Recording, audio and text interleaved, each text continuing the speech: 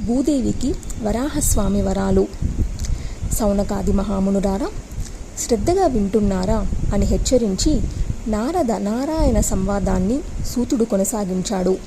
నారదుడు నారాయణ మహర్షిని మళ్ళీ ఇలా అడిగాడు.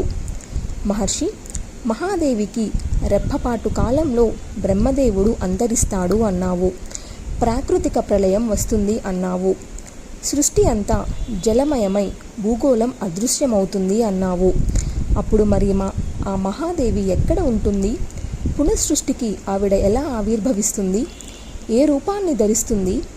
మంగళప్రదమైన దేవీ జన్మకథను వినిపించు అని, నన్ను అనుగ్రహించు అని నారదుడు వేడుకున్నాడు. నారాయణ మహర్షి సంతోషించి కథనం ఆరంభించాడు. నారద, సర్వసృష్టికి ఆదియందు మహాదేవి ఉంటుంది అని వేదం చెబుతోంది. ఆరంభంలో ఆవిర్భావము, ప్రళయాంతంలో తిరోభావము సహజం. ఇంకా వసుధ ఎలా ఆవిర్భవించిందో చెబుతాను, తెలుసుకో. మధుకైటబుల మేధస్సుతో ఏర్పడింది, అందుకని మేదిని అనే పేరు వచ్చిందని కొందరంటారు. పుష్కర క్షేత్రంలో ధర్ముడు చెప్పగా విన్న మరొక వృత్తాంతముంది. అదేమిటంటే, జలమయమైన సృష్టిలో మునిగి ఉన్న మహావిరాట్ స్వరూపుడి శరీరంలోకి రోమరంధ్రాల ద్వారా ఈ భూమి ప్రవేశించి అదృశ్యమవుతుందట. పునఃసృష్టికి అతడి మనసు సంకల్పించినప్పుడు మళ్ళీ అవే రోమరంధ్రాల నుంచి భూమి ఆవిర్భవించి గట్టిపడి నీటిలో తేలుతుందట. ఇది ప్రతి ప్రళయంలోనూ జరుగుతూనే ఉంటుంది. ప్రతి విశ్వంలోనూ ఇలా వసుంధర శైల కానన సాగర ద్వీప గ్రహచంకార సంయుతంగా ఆవిర్భవిస్తూ ఉంటుంది. త్రిమూర్తులు, దిక్పాలకులు, దేవతలు యథాతథంగా అవతరిస్తుంటారు. ఇదంతా మహావిరాట్ స్వరూపిణి సంకల్పము, ఆజ్ఞను. పుణ్యతీర్థాలు, పుణ్యభారతము, బంగారు నేనలు, సప్తస్వర్గాలు, పాతాళాలు, బ్రహ్మలోకాలు, ధ్రువలోకాలు అంతా పునఃసృష్టి జరుగుతుంది. ఇలా నిర్మింపబడే సమస్త విశ్వాలు కృత్రిమాలు కనుక నశ్వరాలు, ప్రళయంలో అంతరిస్తాయి. సృష్టి లయాలు మాత్రమే నిత్యాలు.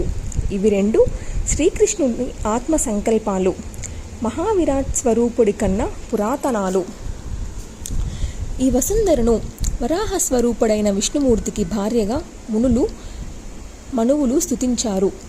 వీరి కుమారుడు మంగళుడు, ఇతని తనయుడు కుంభసంభవుడు.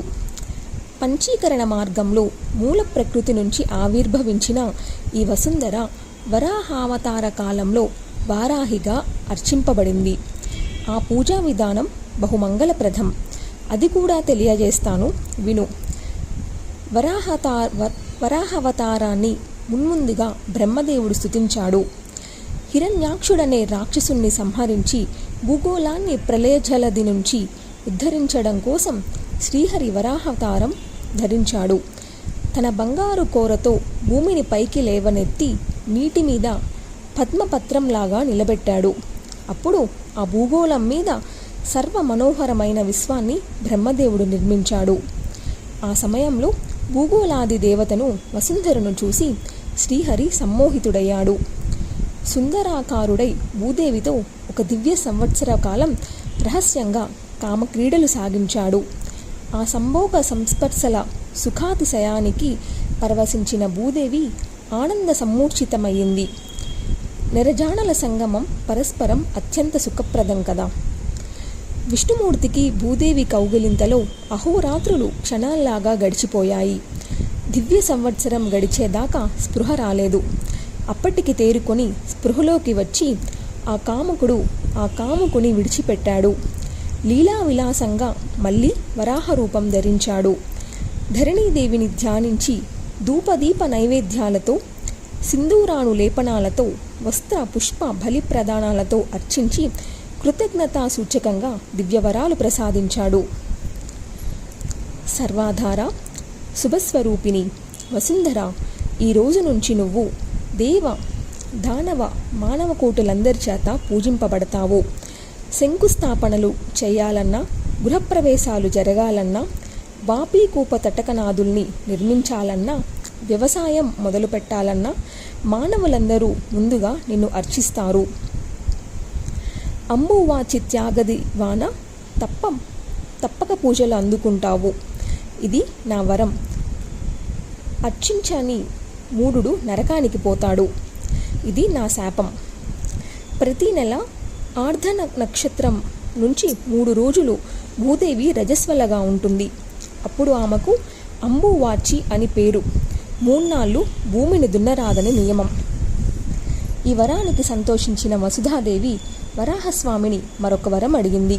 నాదా, నీ ఆజ్ఞను శిరసావహించి ఈ చరాచర జగత్తు అంతటిని నేను భరిస్తాను. కానీ ముత్యము, ఆల్చిప్ప, హరిపూజా ద్రవ్యాలు, శివలింగము, శివామూర్తి, శంఖము, దీపము, యంత్రము, మాణిక్యము, రత్నము, యజ్ఞసూత్రము, పుష్పము, పుస్తకము, తులసీదళము, జపమాల, పుష్పమాల, కర్పూరము, బంగారము, గోరోచనము, చందనము, సాలగ్రామశీల, వీటిని మాత్రం భరించలేను. కాబట్టి వీటిని ఎవ్వరూ సాక్షాత్తుగా నా మీద ఉంచకుండా, నాకు సమర్పించకుండా కట్టడి చేయమని అభ్యర్థించింది. శ్రీహరి సమ్మతించాడు. ఈ ద్రవ్యాలను నీకు సమర్పించిన వారు, నీ మీద సాక్షాత్తుగా ఉంచిన వారు నరకానికి పోతారని శాసించాడు. అదృశ్యమయ్యాడు.